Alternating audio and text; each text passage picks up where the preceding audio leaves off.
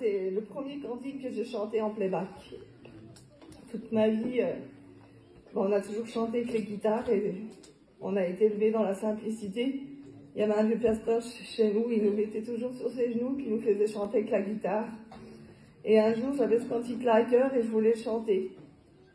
Mais dans la rue, ça faisait 15 jours que la mission était commencée, c'était pratiquement la fin et j'avais pas chanté une seule fois. Et je me posais des questions. Et je parlais avec une copine qui était femme de pasteur et elle me disait peut-être que le Seigneur n'a plus besoin de toi. C'était pas vraiment des mots d'encouragement. et elle me disait que ben voilà, peut-être que tu dois faire autre chose. Puis voilà, ça reste comme ça. Puis en réalité, ça crée une peine dans mon cœur. Et les soirs passent, chaque réunion passait, et puis je passais pas pour chanter, mais cette réponse me revenait toujours à l'esprit. Et j'avais envie de chanter ce cantique-là. Et après, j'avais le playback dans la poche, c'était un CD. Et quand j'étais à la réunion, je voulais toujours casser le CD dans ma poche, mais il ne se cassait pas.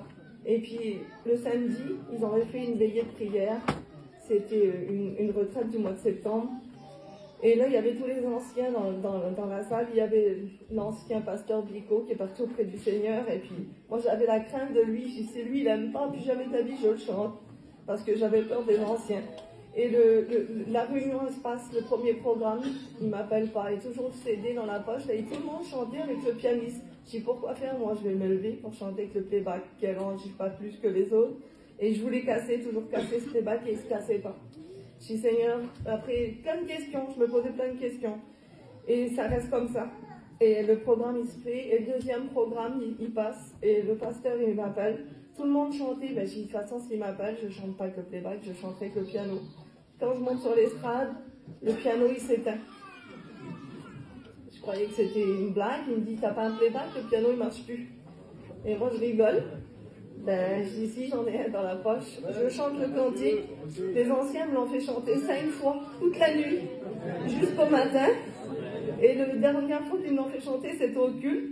Et quand je l'ai chanté, à ce moment-là, le Seigneur, il me parle à mon cœur. Si t'as pas chanté toute la semaine, je te fais chanter autant de fois dans une soirée que tu aurais pu chanter en une semaine. Et puis là, j'ai dit, Seigneur, ma vie, elle dépend de toi. C'est toi qui décides de tout. Et les temps ont passé. Après, à la convention, encore un encourageur est venu vers moi et il me dit, chante tout ce cantique que tu chantes. Hein. C'est trop mondain, c'est pas beau. Et puis, je marche plus loin. Une femme me dit qu'elle a été bénie par ce cantique-là. Je dis, Seigneur, qu'est-ce que je dois faire? Et ben, je dis, Seigneur, je chanterai. Et jusqu'à aujourd'hui, je le chante. Ça fait 15 ans à peu près que je le chante. Et ce cantique-là, il me bénit parce qu'il m'a encouragé. Et puis, c'est vrai qu'il faut honorer les musiciens, mais honorer surtout le Seigneur avant tout. Parce que c'est lui et on dépend de lui, tout simplement.